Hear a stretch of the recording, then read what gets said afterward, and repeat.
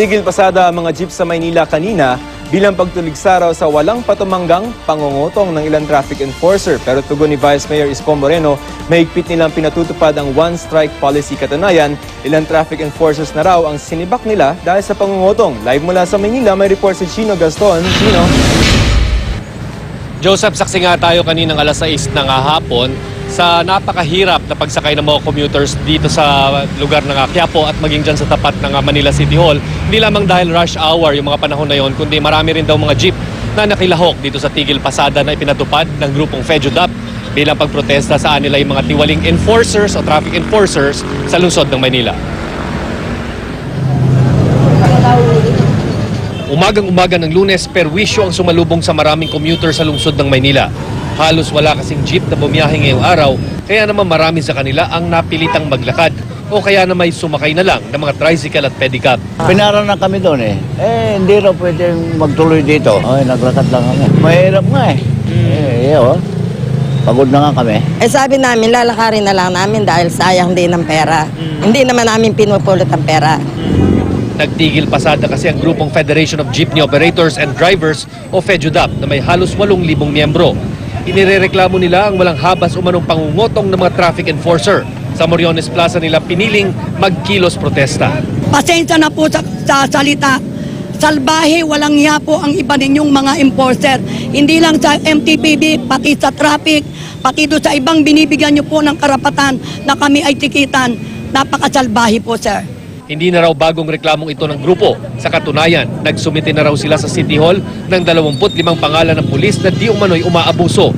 May mga pulis din daw na nangingikil dahil may pinoprotektahang illegal na parking terminal. Siguro mas maganda po i-report sa amin kung sino yung mga pulis. Agawan po natin na action yan, sir.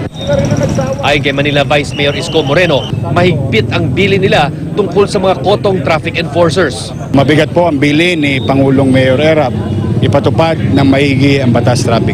Nahuli na namin yung mga nangungutong, tinanggal na namin yung one-strike policy ni Mayor Erap. Bukas ay balik normal na ang pamamasada ng mga jeep. Kailangan din kasing kumita ng mga tsuper. Pero paglilinaw ni Maranan, hindi raw ito ang huling kilos protestang kanilang isasagawa.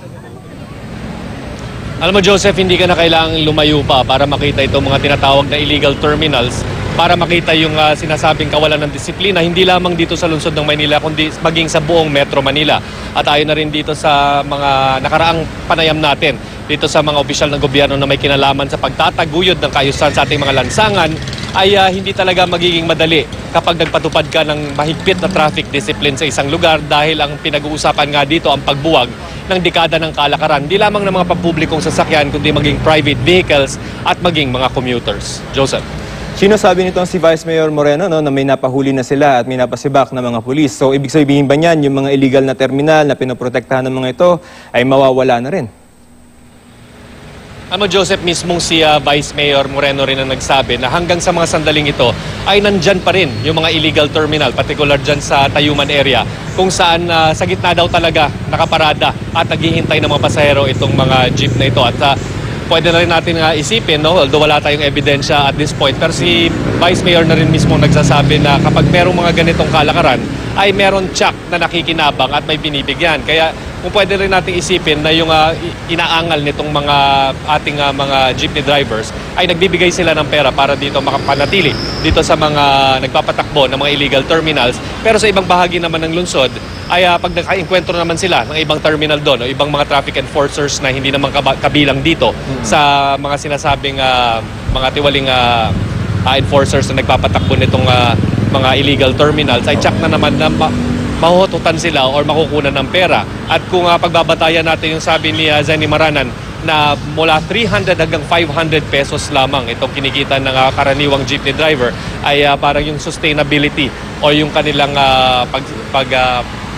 yung araw-araw na kinikita ay parang mahihirapan na talaga sila i-maintain o i-sustain itong kalakaran kung mayroong binabayaran ng mga illegal terminals, Joseph. Tama, napakaliit ng kanilang parang boundary, no? Sinabi ba ni Vice Mayor Moreno na may balak silang lansagin man lamang yung mga illegal terminals na ganyan?